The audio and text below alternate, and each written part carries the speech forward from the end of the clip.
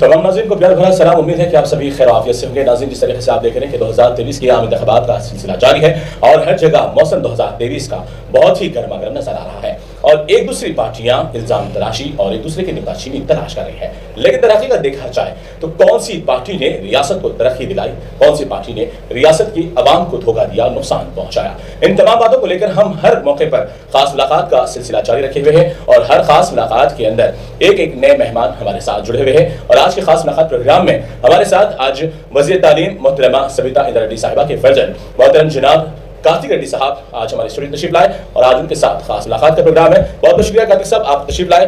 तो जिस तरीके से नाज़रीन हमारे यहाँ बहुत सारे मुद्दे हैं और उन मुद्दों को लेकर सबसे बड़ा बवाल जो रियासत तेलंगाना में चल रहा है, लोगों को भटकाना, लोगों को मजहबी मामलात में उलझाना और रियासत की तरक्की को लेकर झूठे वादे करना, बहुत सारे मामलात हैं। लेकिन क्या दर हकीकत 9.5 साल में तरक्की हुई? क्या मुसलमानों को फायदा हुआ? क्या केसीआर साहब ने जो वादे किए थे वो मुकम्मल हुए या नहीं? कुछ मालूमात कार्तिक रेड्डी साहब से भी मालूम करेंगे क्योंकि उनका भी बहुत जो घराना है बहुत ही सीनियर सियासी मैदान से उनका जुड़ा हुआ है। तो कार्तिक रेड्डी साहब से पहला सवाल है कि आपका जो घराना है, आपके जो वालिद साहब इंद्रा रेड्डी साहब है, मोहतरमा सबिता इंद्रा रेड्डी साहिबा वालिदा आपकी जो है बहुत ही सीनियर है, तो क्या अब तक उन्होंने जो गुज़िश्ता की हुकूमत में काम किया और इस बार केसीआर साहब के साथ काम कर रहे हैं, मुसलमानों को लेकर केसीआर साहब का नजरिया क्या है?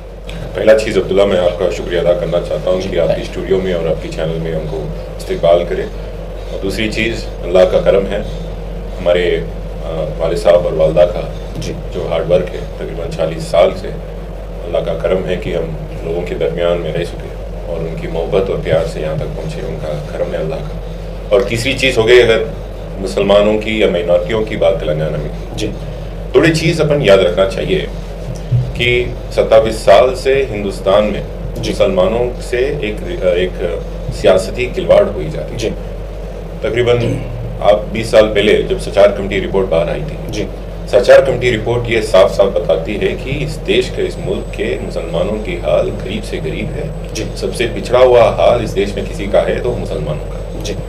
इस देश में तकरीबन 27 साल से आज़ादी के समय से आज तक अब सबको पता है कि एक ही जमात मुसलमानों का वोट ज़्यादातर लेकर आ रही हो कांग्रेस है। और आज मुसलमानों की हाल ख़राब है, उनकी तालीम में पीछे पड़े हुए हैं, उनकी फाइनेंशियल और सोशल इकोनॉमिक सिचुएशन पे पीछे पड़ा हुआ है। इसकी जिम्मेदार भी कांग्रेस पार्टी उठाना चाहिए। आज मैं नाज से बता सकता हूँ कि रियासती तेलंगाना में सबसे ज़्यादा बजट मुसलमानों का इस देश में मिलता है तेलंगाना। जी बिल्कुल बराबर। सबसे ज़्यादा तालीम माइनॉरिटी स्कूल्स में मिलता है इस तेलंगाना रियासत। सिर्फ मौला मरज़म को, उलेमा को कहीं तनकी मिलता है वो सिर्फ तेलंगाना में। बराबर, ये बात दुरुस्त है। और दूसरी चीज़ है कि माइनॉरिटी बच्चों को शादी कराने वाला ऐसा कोई रियासत है तो सिर्फ तेलंगाना। बराबर। ये अगर माइनॉरिटियों से, मुसलमानों से मोहब्बत नहीं है, उनकी तरफ इज्जत पेश नहीं की जा रही है तो और क्या है? बराबर। कांग्रेस पार्टी के इल्ज़ाम तो बहुत रहेंगे कि आप बीजेपी, उनकी सबसे बड़ी इल्ज़ाम ये है कि बीआरएस पार्टी बीजेपी से मिली हुई है, एमआईएम पार्टी बीजेपी से मिली हुई है।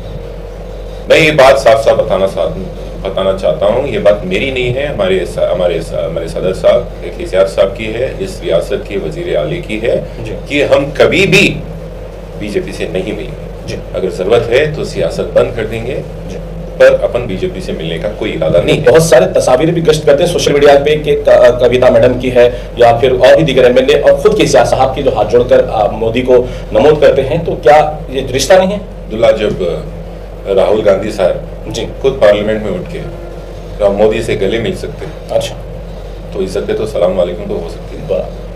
फोटो में आने का ये मतलब नहीं होता कि हम उनसे सियासती मामलों में मिले हुए हैं। और इतनी झूठ फैलाई जाती है अब्दुल्ला कि कांग्रेस, बीआरएस पार्टी ने सीए और एनआरसी बिल को की तायद की। झूठ, गैर हाजिर भी तो थे, बराबर झूठ है। मैं क्या बताता हूँ, हमारे असेंबली में जो रेजोल्यूशन निकाली गई उसकी बात क्यों नहीं बोलते? बराबर। सीएए और एनआरसी के खिलाफ असेंबली में रेजोल्यूशन जब निकला था उसकी बात क्यों नहीं करती कांग्रेस पार्टी? बराबर, तो बात भी करना चाहिए। बीजेपी से, मोदी से हमारा कुछ ताल्लुक नहीं है। हाँ, अगर कौन से कोई भी पार्टी फिरकापरस्त जमातों से कोई ताल्लुक रखती है तो कांग्रेस पार्टी।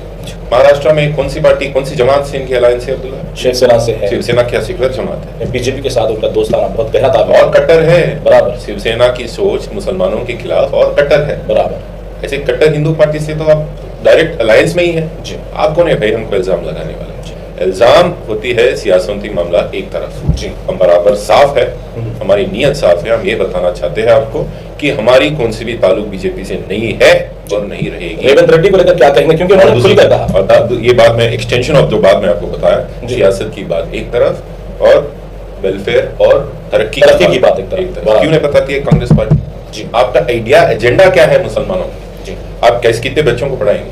नहीं, शादी मुबारक का हाल क्या है? नहीं, यहाँ पे दंगा फसाद आपके जमाने में कितने दंगा फसाद उसकी बात क्या है? मुसलमानों को कितने साल आप बीजेपी का बूथ बताकर, उसके शैतान बताकर वोट लेंगे? वही मुसलमान सिर्फ केले बेच लेना, वही चप्पल बेचना, ऊपर तरक्की नहीं करना, बस वही रहना, डर के माहौल में रह जाना, और हमको कांग्रेस पार्टी को वोट दे। ये कितने साल होगा अब्दुल्ला? 18 में 2014 में मुसलमान बीआरएस पार्टी को वोट नहीं दी, फिर भी केसीआर साहब ने उनकी तरक्की की, उनकी तरफ सोचे। 18 में तो पूरा इस रियासत के मुसलमान केसीआर साहब के पीछे खड़े, उनके हाथ मजबूत करे, उसका रिजल्ट अपन देख रहे। मैं अपील करता हूं हमारे भाइयों से, भाई ये कांग्रेस पार्टी के बातों में नहीं आना। खुद फिरका परस्त पार्टियों से, जमातों से ताल्लुक रखने वाली कांग्रेस पार्टी यहाँ पे आके किसी को नया पता चलाने की उनकी कौन सी भी वो रही नहीं, बुनियाद ही नहीं रही। और होगी रेवंत रेड्डी की बात आप पूछ रहे थे जी, जो उन्होंने खुलकर कहा था कि मैं आरएसएस का ही हूं, मुझे आरएसएस से मोहब्बत है, तो फिर ये लोग आज आपकी तमाम जो पार्टी है बीआरएस को आरएसएस से जोड़ रहे हैं और बीजेपी से जोड़ रहे हैं, इस पर क्या कहेंगे? ये तो मजाक है सबसे बड़ी बात। उनके रेवंत रेड्डी साहब उनके सदर है जी कांग्रेस पार्टी के इस तेलंगाना रियासत के, खुद बताते हैं कि ना से मैं आरएसएस का, और पार्लियामेंट में उठ के बताया कि अरे हम तेलंगाना के, हमारी सरजमीन से ही आपके फाउंडर का बराबर वो हुआ, उनका यही पैदाइश मकाम है रियासत तेलंगाना में। तो बताने की जरूरत क्या थी? अगर मैं आपसे मोहब्बत ही नहीं करता हूँ तो आपका जिक्र भी क्यों करूँ? तो उनका सोच साफ है। अभी भी ये नहीं बता रहे कि मैं आरएसएस के खिलाफ कुछ ताल्लुक रखता हूँ या उनके खिलाफ कुछ इरादा रखता हूँ। आज भी साफ साफ नहीं बता रहे। बताए तो बयान बताइए। लेकिन आप कार्तिक साहब ये कहना चाहते हैं कि जो 50 साल में कांग्रेस ने नहीं की वो 9.5 साल में बीआरएस ने करके दिखाया। देखिए भाई, मैं ये नहीं बता रहा हूँ कि पूरा ये एक जन्नत हो गया, नहीं हो, बहुत सारे काम है।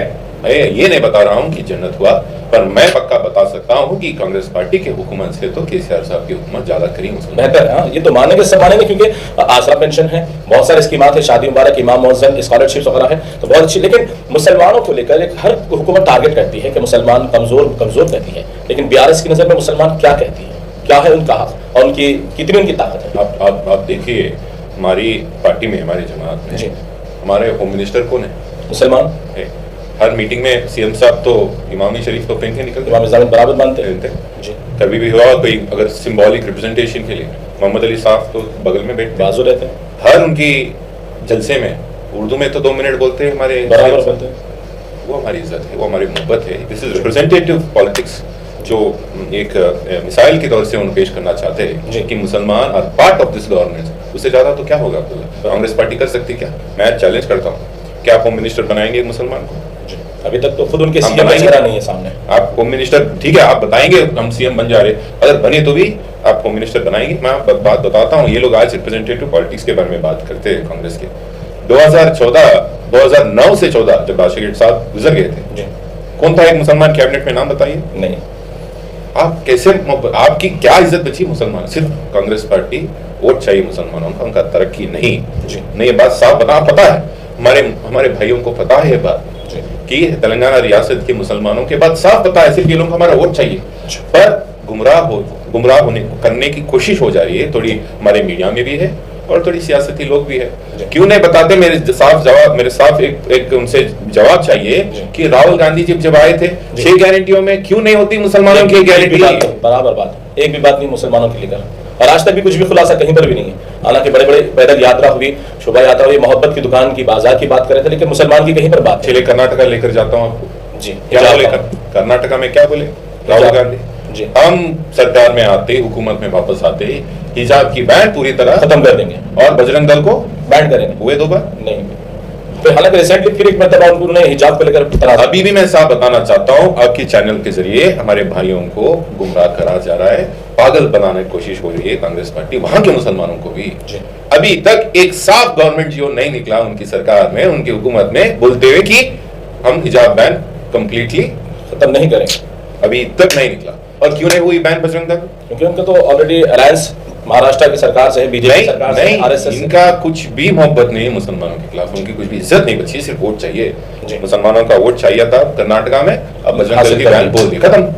अभी तेलंगाना यहाँ पे भी वही होगा। मैं हमारे भाइयों से गुजारिश करता हूँ, ये झूठे बातों में, ये ढोकलेपन बातों में मत आइए। केसीआर साहब सेक्युलर तो जो उनकी हुकूमत चली है 9 साल में 10 साल में, वो शांति और अमन का जो भी एटमॉस्फेयर है बरकरार है, उसको खराब मत करिए। कांग्रेस पार्टी पे भरोसा मत करिए। तो जिस तरीके से आपने बताया कि अभी जन्नत नहीं बनी और शायद इसको टाइम लगेगा, तो माइनॉरिटीज को लेकर अभी जो मजीद स्कीमात आने वाले हैं उस पर आप क्या कहेंगे? यानी मुसलमानों को भरोसा फिर बात करना चाहिए। मैं बताना चाहता हूँ कि पहला रियासत है, अपन नाज से बोलना चाहिए कि हमारा रियासत पहला ऐसा रियासत है जहाँ यहाँ के उलेमा और मस्जिद मौलाना को टंकी मिलती है, दिया जाता सब कुछ यहाँ पे मिलती है।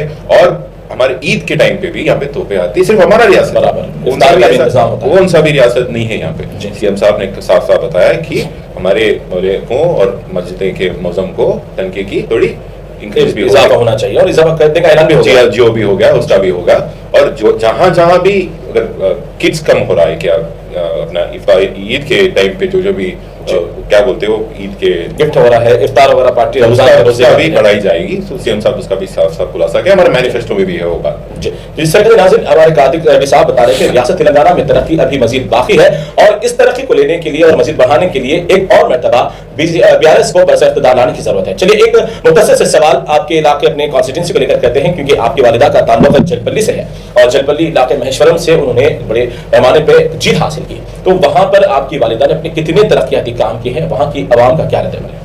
मैं आपको बहुत खुशी से एक बात बताना चाहता हूँ।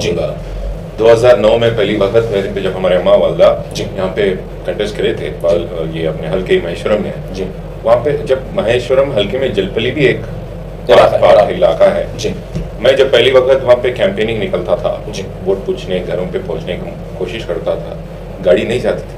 अच्छा, रास्ते से हम थोड़ी दूर बाइक में जाना पड़ता था और उसके बाद पैदल निकलना पड़ता था। गरीब लोग यहाँ की एरिया जलपल्ली की एरिया में कम रेटों पे लैंड मिलने से, जब बिना कुछ सहूलत के, बिना रोड के, ड्रेनेज के या वहाँ पे कोई कुछ भी सहूलत के बिना वो लोग वहाँ पे प्लॉट खरीदे और घर बना लिए। वो उनकी मजबूरी थी, उनकी गलती नहीं है, मजबूरी है। अब ऐसा कौन सा भी एरिया वहाँ पे जलपल्ली में बचा नहीं जो कार नहीं जा सकती। वही सर्टिफिकेट हमारा तरक्की का है। 5 साल पहले इस एरिया में पानी का बहुत बड़ा प्रॉब्लम था, इतनी बड़ी मसाइल थी पानी की। मैं कहीं पे भी जाता था, सिर्फ पानी पिलाओ ये बात चलती जी। मैं आपको बताना चाहता हूँ कौन सी भी घर नहीं बचा हुआ है जलपल्ली में जहाँ मीठा पानी नहीं मिलता जी। वो हमारी सर्टिफिकेट है, तरक्की के लिए वो हमारी सर्टिफिकेट है। पूरा अंधेरे में रहता था पूरा बस्ती, पूरा लाइटों से अभी भरे हुआ है, वो हमारा सर्टिफिकेट है काम करने की। स्पेशल ग्रांट से तकरीबन 200 करोड़ से ज्यादा पैसे लेकर आकर सिर्फ माइनॉरिटी एरिया में डेवलप करने वाले एक ही ऐसे एक विधायक है, ऐसे एमएलए स्टेट में है, वो हमारे वालदा। जिस तरीके से हजारों लोग नहीं बल्कि मैं समझता हूं कि उस्मान नगर का जो मामला है सारी दुनिया में फैला था, क्योंकि एक मसरूफ तरीन इलाकों के दरमियान एक इलाका डूबा हुआ है और कई लोग उसके अंदर मुतासिर हुए। तो वो भी आपकी वालिदा के कॉन्स्टिट्यूंसी में आता है और वालिदा ने आपने कई मरतबा उसका दौरा भी किया, लेकिन उस्मान नगर को लेकर आज भी लोग तजस्सुस का शिकार है। उस पर क्या खुलासा करेंगे आप? Abdullah, I feel bad.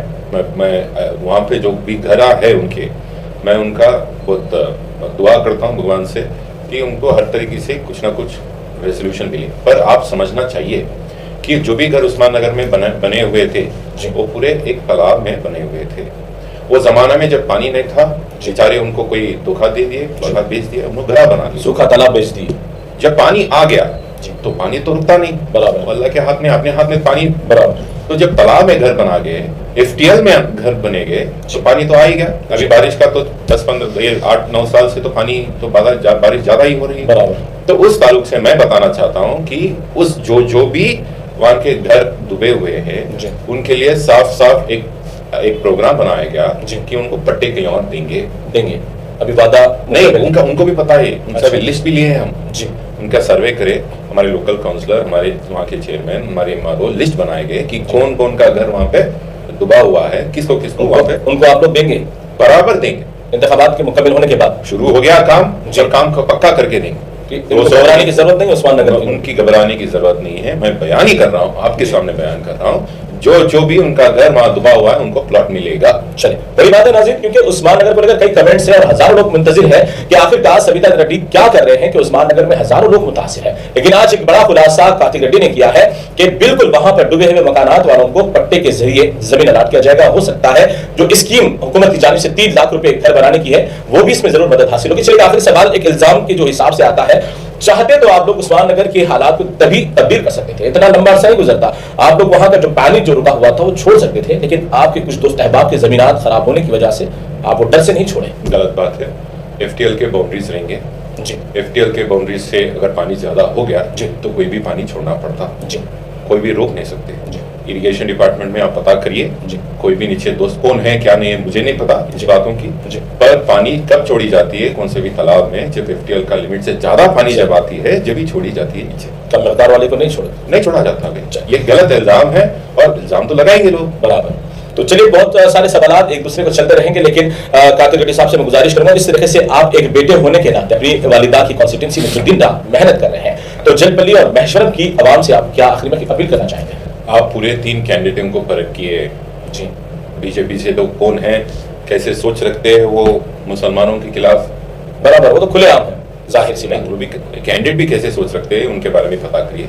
और कांग्रेस कैंडिडेट है कौन, कब आएंगे आपके दरमियान में, कब मालूम करेंगे आपकी मुश्किलात, कब हल करेंगे? 5 साल यूं ही निकल जाएंगे उनके, 5 साल, ये 10 दिन के बाद भी नहीं दिखेंगे, उसके बाद नहीं दिखेंगे। मेरा गुजारिश है आपके तमाम नाजरीन जो भी है, मैं आपकी गुजारिश करता हूँ आपके जरिए कि लीडर है सविता इंदिरा रेड्डी, जो आपके मसाइल जानती है, जो आपके मसाइल हल करे हुए, ऐसे लोगों को दुआ करिए, ऐसे लोगों की तायीद करिए, फिर आपकी तरक्की होगी, अपने हल्के की होगी और रियासत की भी होगी इंशाअल्लाह। तो बहुत शुक्रिया कादिर साहब, आपने खास मुलाकात में वक्त दिया। तो नाज़रीन, इस तरीके से कार्तिक साहब ने यह वाज़ेह तौर पर बता दिया है कि गुज़िश्ता 50 साल में जो कारनामे नहीं हुए वो 9 साल के अंदर हुए, और आने वाले वक्त में अगर भरोसा फिर एक बार अवाम बीआरएस पर करती है तो मजीद जितनी भी कामयाबी की जो सड़कें जो जितनी राह हमवार होनी है वो तो होती रहेगी। लेकिन बिलखुसूस महेश्वरम के ताल्लुक से आपने ये बताया कि उस्मान नगर की आवाम को दोबारा जिनके मकान डूबे हुए हैं उनको घर या जमीन उनको फिर वापस किया जाएगा, उनके घबराने की जरूरत नहीं है। और भी अहम बात ये बताइए और जरूरी बात समझदारी मैं भी हूं कि जो लोग जहां पर रहते हैं, जहां बसते हैं, जिस तरीके से सविता मैडम की बात है, तो वो तमाम लोगों को जानती है, वहां के हालात को जानती है। अगर फिर नया आदमी आएगा तो आपके नए मसाइल से वाकिफ होने तक फिर आने वाले फिर अगले 2027-28 के इंतखाबात भी सामने आ जाएंगे, लेकिन फिर आपकी सड़कें वहीं पर पड़ी रहेगी, वही अंधेरा रहेगा, फिर वही नुकसान में आप रहेंगे। तो कार्तिक रेड्डी साहब ने गुजारिश की है कि आप अपने कैडेट को समझे, अगर आप तरक्की की राह चाहते हैं तो सही अपने इंतखाबात का वोट का इस्तेमाल करें। तो बहुत शुक्रिया नाज़रीन, हमारे साथ खास मुलाकात में जुड़े रहने का। फिर होगी एक नए मेहमान के साथ मुलाकात और फिर बीआरएस की या फिर कांग्रेस की कामियां और नाकामियों को लेकर उठाएंगे सवाल। बहुत शुक्रिया, फिर होगी अगली मुलाकात एक नए मेहमान के साथ।